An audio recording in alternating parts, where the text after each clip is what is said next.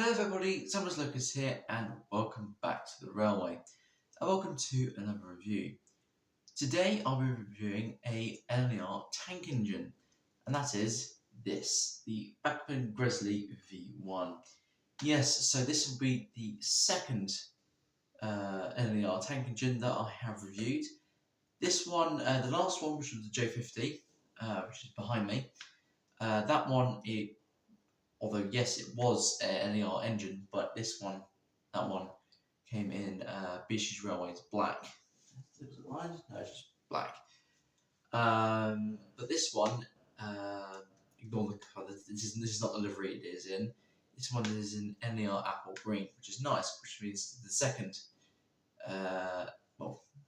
third LNER, apple green livery with Flying Scotsman just here. There we are. Yes, so you probably have seen this running already, so you can probably tell what it's like.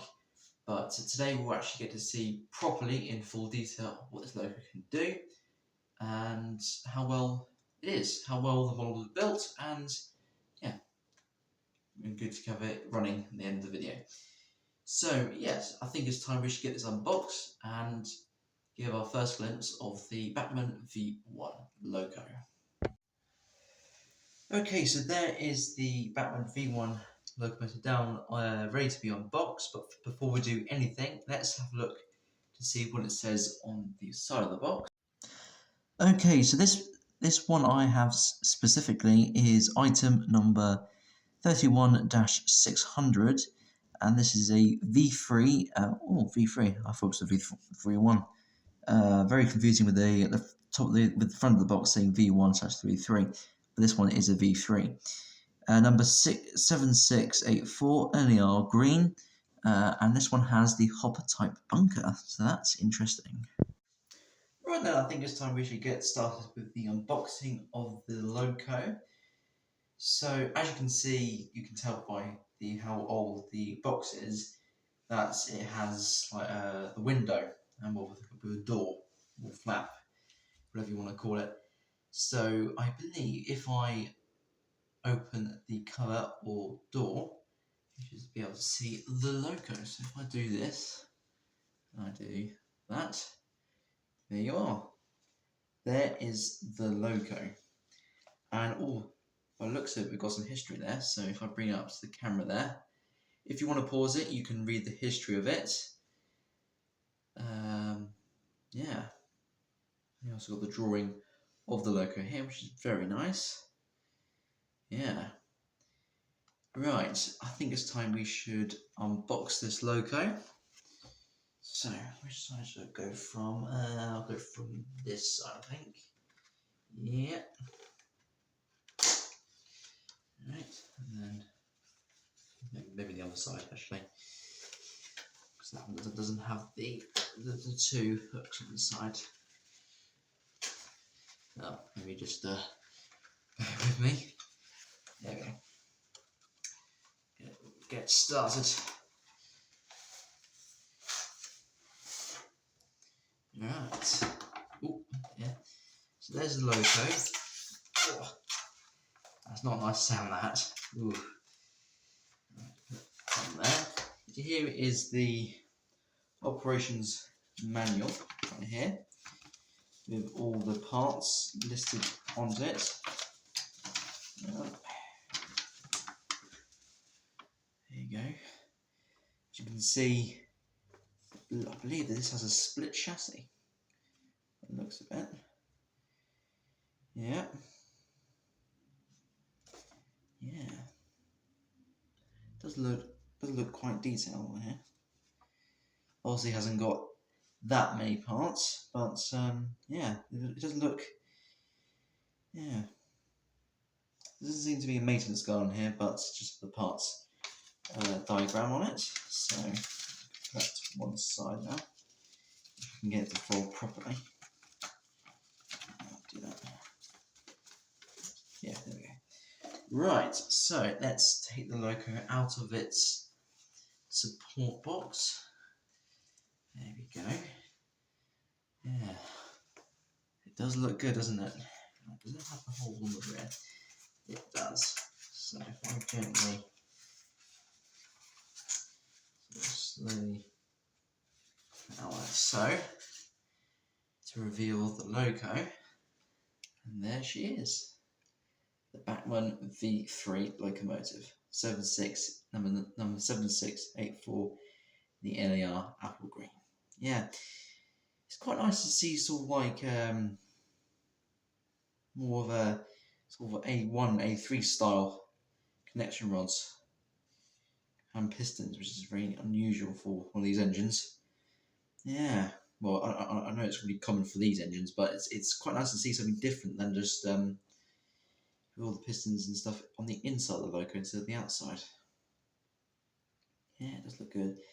But looks, it does have people in the cab, but I won't go into detail just yet.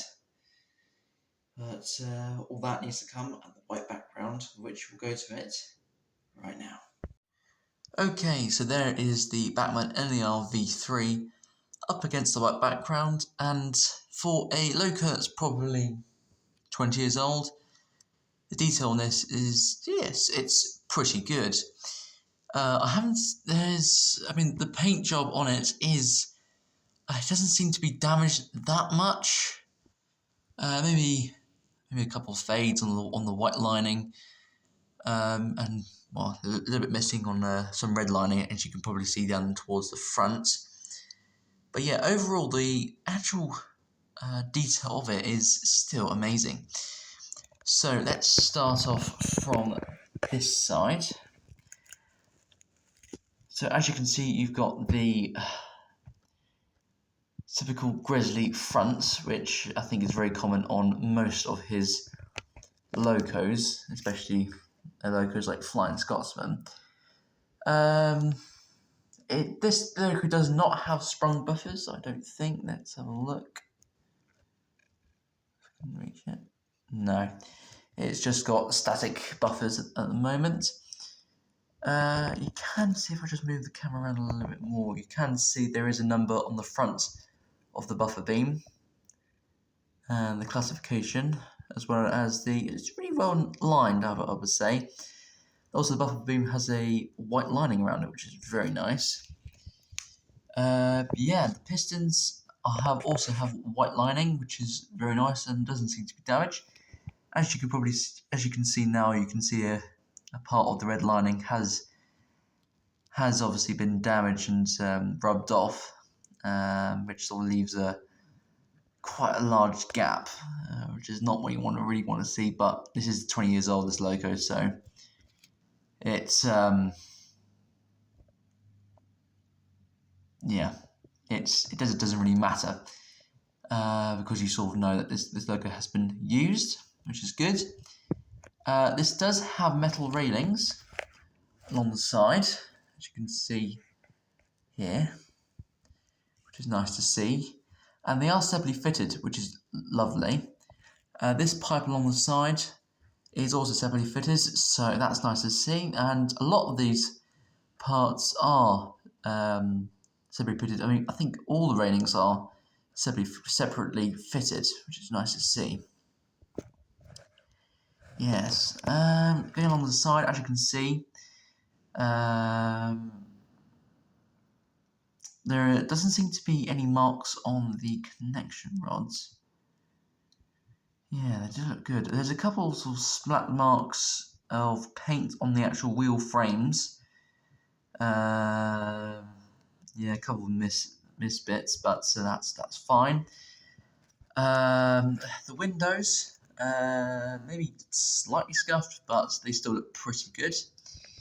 The whistles, and also safety valves. I think they're metal. Let's have a look. No, they're plastic. They're all plastic. What about the whistle? Yeah, they're all plastic. They look metal, but it's nice sort of a shine to them, which is nice to see. Yeah, as you can see, you got a person inside the cab. I think got two. Let me move the camera around. Can you see the second person? Yes, you can. There's a second person there, which is nice, which means that there's one fireman and one driver. The bunker. The lining on it is pretty well done, and it still looks good. As you can see, you've got all the bars that go around it, which are all separately fitted. And also you've got a vacuum pipe on this side, which is nice to see. And as you can see, this does have the broad couplings, so that sort of tells you this was before the name couplings were introduced. And the buffer beam is the same with, doesn't have the numbering on it, but it still has the white lining, which is nice to see. So yeah, so overall this loco is looking pretty good. But apart from its looks, how does this loco run? So I think it's time to put that onto the track and look to see how well this loco runs. I already know how this loco runs because I've already run it, and you have already seen it. But let's do a thorough look at the Bachmann V3. Okay, so there is the Bachmann V3 down onto the track, ready for this video's first test run. From what I can remember the last time I ran it, it is well geared. It's not that fast, which is good because you don't want a too fast engine. I mean, it's not like a really fast engine like the Queen Mary. It's not like overly powered. Well, it's got loads of torque, but not much power. This engine is, yeah, it's really well geared. So let's start her up and see what she looks like when she's running. I think it's going forward. It is. Yeah. Okay. It's quite a smooth runner, I must say. Yeah. She does look good.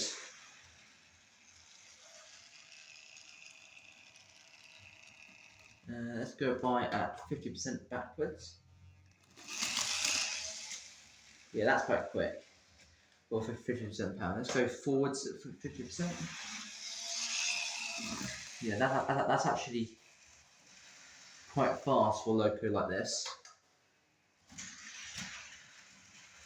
And I think the back driving wheel's off. It is. That was on the curve going backwards. So, being that it's actually a prairie loco, because it is a 262. Let's put it back into frame. I've got noticed it's got a slight wobble to it. So, yeah. Let's have a look to see what 104 power is like going across. It's got a bit of a snap to it. I don't know where that's coming from, but this is full power going forward. Yeah, it's not as fast as. Oh, blimey. Yeah. Got a bit of a click to it. No, it's now come out. Where the power supply is actually going to. So, I mean, it seems to be just backwards it's doing it at the moment. But yeah. What's the slow speed like? Yeah, it's got a slight click to it.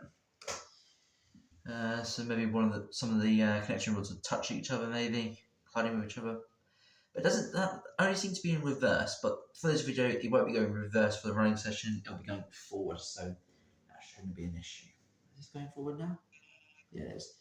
Let's turn up and see how well this runs.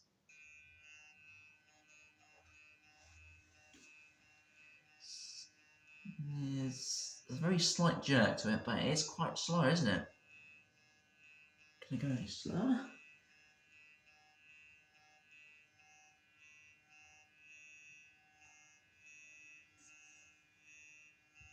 Oh, it's still moving. Wow, that's actually pretty good. And that is moving. I can see it is moving because you can hear the motor sort of turning when it sort of changes its sort of sound. Yeah, that's pretty good. Right. Yeah. So pretty good by the Bachmann V3. So far, it's looking pretty good. Right then, I think it's time to get this coupled up to its rolling stock. It'll be used for the milling session, and then we'll get all going. So let's reverse it up. Ooh, that's a nasty clicking noise from it. Okay, so waiting for the arrival for the Bachmann V3. Here it comes. Yeah, as you can see, it's got that sort of slight jumping business to it. I think it is one of the connection rods doing it, because I did notice that one was sort of hitting another and it's sort of forcing it up. So I think maybe one of them was slightly bent, maybe. But it doesn't seem to be causing any issues going forwards. It's just when it's going backwards, maybe there's a bit of slack, maybe. I don't know. But after this video, I will look at it and see where that's coming from. But forwards, it's fine. So without any further ado, forward direction, and off we go. And there are two other LNER locos around the layout. So if you see them, put them down in the comments. So the only other proper LNER apple green livery locomotive I have is the world famous Flying Scotsman. So I've got her cover up to some Pullmans, which is different from having the LNER Teaks, but this time the V3 has them this time, which is a nice change. I mean, the good thing is that Flying Scotsman's still got a corridor tender, so it can still come up to its Pullmans. And here comes the V3, the Teaks, going past there. So without any further ado, let's get Flying Scotsman off with its Pullmans.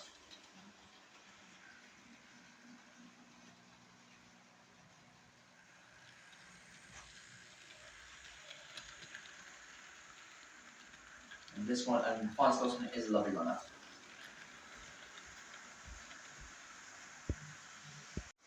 And then, of course, there wouldn't be a review without it, well, an LNER review without it. That is the British Railways Departmental J50. Yeah, this is a lovely loco. I've had it around since 2021, so it's really coming up to 4 years I've had this. I can't believe it's been 4 years. No. But anyway, I've got a freight train with her today, so let's get it going. Ooh.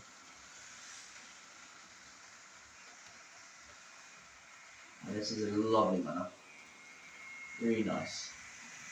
Quite a slow loco at the slow speeds, but yeah, it's a pretty smooth one. Oh, here comes Flying Scotsman in the background. Ah, lovely.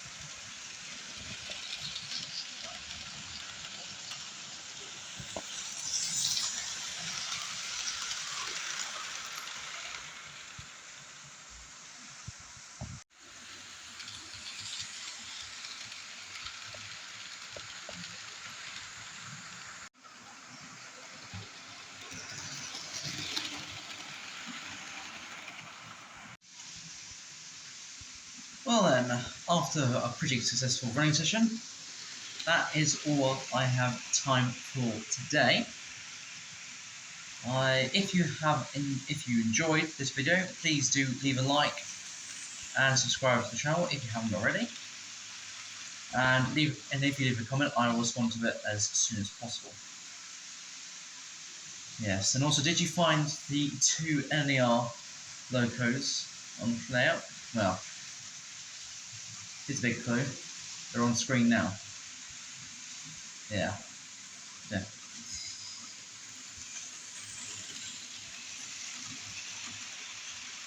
And also, if you want to put that in the comments, which loco is your favourite that is running today, and also put your thoughts down on what you think of the Bachmann V3.